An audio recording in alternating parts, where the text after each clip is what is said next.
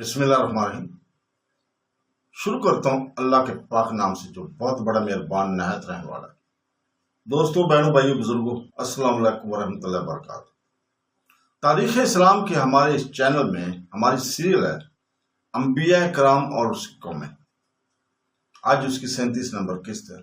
ہم آپ کو خوش آمدید کہتے ہیں۔ تو دوستوں، حضرت نوح علیہ السلام کی قوم کے کافر سرداروں نے حضرت نوح علیہ السلام کی نبوت میں پہلا شبہ یہ پیش کیا تھا کہ ہم تو اپنے جیسا بشر ہی سمجھتے ہیں، اور یہ ایسا شبہ ہے کہ مکہ مکرمہ کے کافروں حضور انور صلی اللہ علیہ وسلم کے نبوت میں پیش کیا تھا، اور وہاں اللہ تعالیٰ نے اس کا ازالہ بھی فرمایا تھا۔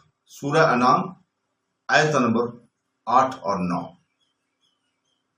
جس کا ترجمہ ہے، اور انہوں نے کہا اس پر کوئی فرشتہ کیوں نازل نہ کیا گیا، اور اگر ہم فرشتہ اتارتے تو کام تمام ہو چکا ہوتا، پھر ان کو ملک نہ دی جاتی، اور اگر ہم رسول کو فرشتہ بناتے تو اسے مرد ہی بناتے، اور ان پر بھی وہی شبہ ڈال دیتے جو شبہ وہ اب کر رہے ہیں۔ کفار کا یہ شبہ ان کی جہالت پر مبنی ہے، کیونکہ نبی کریم صلی اللہ علیہ وسلم نبوت کو دلائل اور براہین سے ثابت کرتا ہے اور معجزات پیش کرتا ہے، اور اپنی شکل و صورت اور خلفت سے اپنی نبوت کو ثابت نہیں کرتا، بلکہ ہم کہتے ہیں کہ اگر اللہ تعالیٰ فرشتہ کو نبی بنا کر بھیجتا اور وہ خلاف عادت کاموں کو اپنی نبوت پر دلیل بناتا تو اس کی نبوت میں طعن کرنے کی زیادہ موقع تھی، کیونکہ یہ کہا جا سکتا تھا کہ معجزات انسانوں کے اعتبار سے خلاف عادت ہے، فرشتہ کے لیے خلاف عادت نہیں ہے، لہذا یہ معجزات فرشتہ کی نبوت پر نہیں ہے۔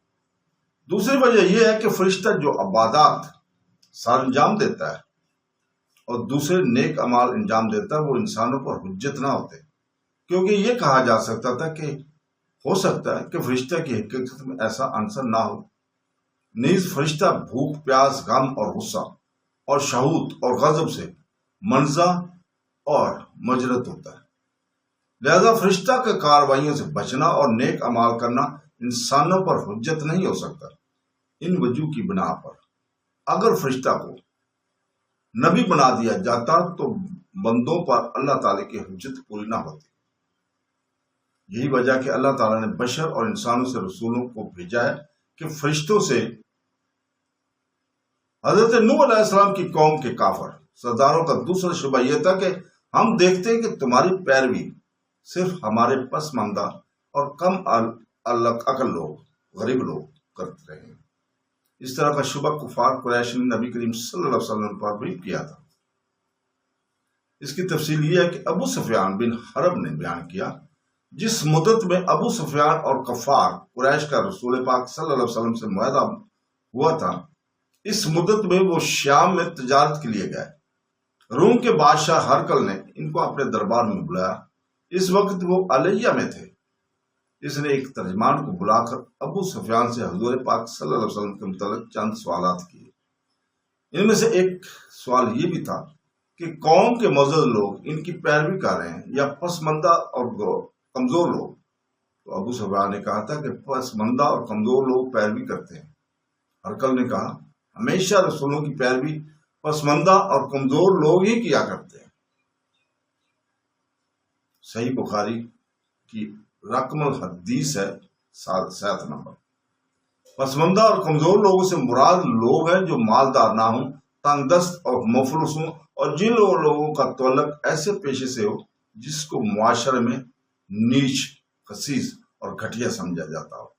اور یہ بھی ان کی جہالت ہے، کیونکہ اللہ تعالیٰ کے نزدیک بلندی، برتری اور عظمت مال اور دولت اور بلند مرتبوں سے نہیں ہوتی، بلکہ اللہ تعالیٰ کے نزدیک فقر اور افلاس مال اور دولت سے زیادہ پسندیدہ ہے۔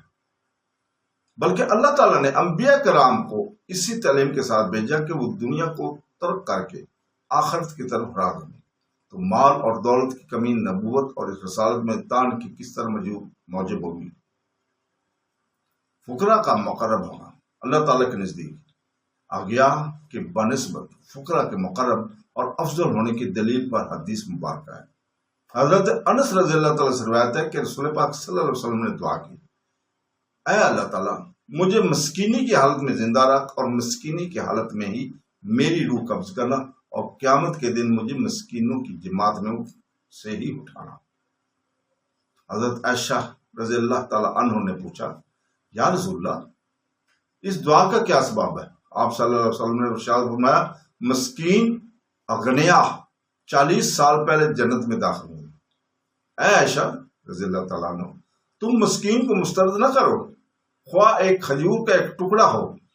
اے عائشہ رضی اللہ تعالیٰ عنہ، مسکینوں سے محبت کرو اور ان کے قریب رکھو، تو اللہ تعالیٰ قیامت کے دن تمہیں اپنے قریب رکھے گا۔ یہ سنن ترمذی کی حدیث ہے 2352۔ حضرت ابو ہریرہ رضی اللہ تعالیٰ سے روایت ہے کہ رسول کریم صلی اللہ علیہ وسلم نے ارشاد فرمایا، فقراء اور اغنیا سے 500 سال پہلے جنت میں داخل ہوں گے۔ یہ میدان حشر کا نصف دن ہوگا۔ اور سب سے بڑی بات تو یہ ہے کہ طبقاتی فرق اور نام اور نسب فضیلت کا موجب نہیں ہے۔ حضرت جابر بن عبداللہ رضی اللہ تعالیٰ عنہ سے روایت ہے کہ ایام تشریق کے وسط میں رسول پاک صلی اللہ علیہ وسلم نے ہمیں حجۃ الوداع کا خطبہ دیتے ہوئے ارشاد فرمایا، اے لوگو، تمہارا رب ایک ہے، تمہارا باپ ایک ہے۔ سنو، کسی عربی کو کسی نجمی پر کوئی فضیلت نہیں ہے، اور کسی نجمی کو کسی عربی پر کوئی فضیلت نہیں ہے، اور نہ کسی گورے کو کالے پر فضیلت ہے، اور نہ کسی کالے کو گورے پر فضیلت ہے، مگر تقوی کے ساتھ اللہ تعالیٰ کے نزدیک تم میں سب سے زیادہ متقی ہو۔ سنو، کیا میں تبلیغ کر دی ہے؟ مسلمانوں نے کہا، کیوں نہیں یا رسول اللہ صلی اللہ علیہ وسلم؟ آپ صلی اللہ علیہ وسلم نے فرمایا، پھر حاضر کو چاہیے کہ وہ غیب کو تبلیغ کر دے۔ ایک اور روایت میں ہے کہ حضرت ابو ہریرہ رضی اللہ تعالیٰ عنہ سے روایت ہے کہ نبی کریم صلی اللہ علیہ وسلم نے ارشاد فرمایا کہ اللہ تعالیٰ نے تم سے زمانہ جاہلیت کے عیب جوئی اور باپ دادا پر فخر کرنے کا کو دور کر دیا۔ سب لوگ حضرت آدم علیہ السلام کی اولاد ہیں، اور حضرت آدم علیہ السلام مٹی سے پیدا کیے گئے تھے۔ مومن متقی ہے اور فاجر بدمزاج ہے۔ لوگ باپ دادا پر فخر کرنے سے باز آ جائے، ورنہ جو لوگ اللہ تعالیٰ کے نزدیک کیڑے مکوڑوں سے بھی زیادہ ذلیل ہیں۔ حضرت نوح علیہ السلام کی قوم کے کافر سرداروں کا تیسرا شبہ یہ تھا کہ اور ہم اپنے اوپر تمہاری کوئی فضیلت نہیں ہے، کیونکہ یہ شبہ ہے کہ ان کی جہالت پر مبنی ہے، کیونکہ سمجھتے اللہ تعالیٰ کے نزدیک فضیلت کا معیار علم اور عمل ہے، اور علم اور عمل کے اعتبار سے حضرت نوح علیہ السلام کی فضیلت بالکل زیادہ تھی۔ انہوں نے حضرت نوح علیہ السلام اور ان کے متبعین سے کہا کہ بلکہ ہم تم کو جھوٹا گمان کرتے ہیں۔ کفار نوح نے حضرت نوح علیہ السلام کو جھوٹا کہا، اور ساتھ یہ بھی کہا کہ ہم تم کو اپنا جیسا بشر سمجھتے ہیں۔ اس پر حضرت نوح علیہ السلام نے فرمایا، میں اللہ تعالیٰ کی طرف سے ایک واضح دلیل رکھتا ہوں۔ قرآن پاک میں ہے سورہ ہود 28 نمبر آیت میں، جس کا ترجمہ ہے، کہا، اے میری قوم، یہ بتاؤ، اگر میں اپنے رب کی طرف سے دلیل رکھتا ہوں اور اس نے اپنے پاس سے مجھ کو رحمت عطا کی جو تم نے مخفی رکھی گئی ہے، تو کیا اس کو زبردستی تم پر مسلط کر دیں گے، جبکہ تم اس کو ناپسند کرنے والے ہو؟ اور اگلی آیت میں فرمایا قرآن پاک کی سورہ ہود 29 اور 30 میں، جس کا ترجمہ ہے، اور اے میری قوم، میں اس پر کسی مال کو طلب نہیں کرتا، میرا اجر صرف اللہ پر ہے، اور میں ایمان والوں کو دھتکارنے والا نہیں ہوں، بے شک وہ اپنے رب سے ملنے والے، لیکن میں سمجھتا ہوں کہ تم لوگ جاہل ہو۔ اور اے میری قوم، اگر میں ان کو دھتکاروں تو اللہ تعالیٰ سے مجھے کون بچائے گا؟ کیا تم غور نہیں کرتے؟ اس آیت کریمہ میں حضرت نوح علیہ السلام نے اپنی قوم کے کافر سرداروں کو شبہ کا جواب دیا ہے کہ ان کا دوسرا شبہ یہ تھا کہ آپ علیہ السلام کی پیروی تو ہماری قوم کے پسماندہ لوگ ہی کر رہے ہیں۔ دوستو، ہم اسی جگہ پہ رکیں گے۔ حضرت نوح علیہ السلام کے اس کے شبہ کا کئی وجہ سے جواب جو دیا تھا، وہ ہم انشاءاللہ تعالی اگلی قسط میں آپ کے سامنے ہم بیان کریں گے یہیں سے۔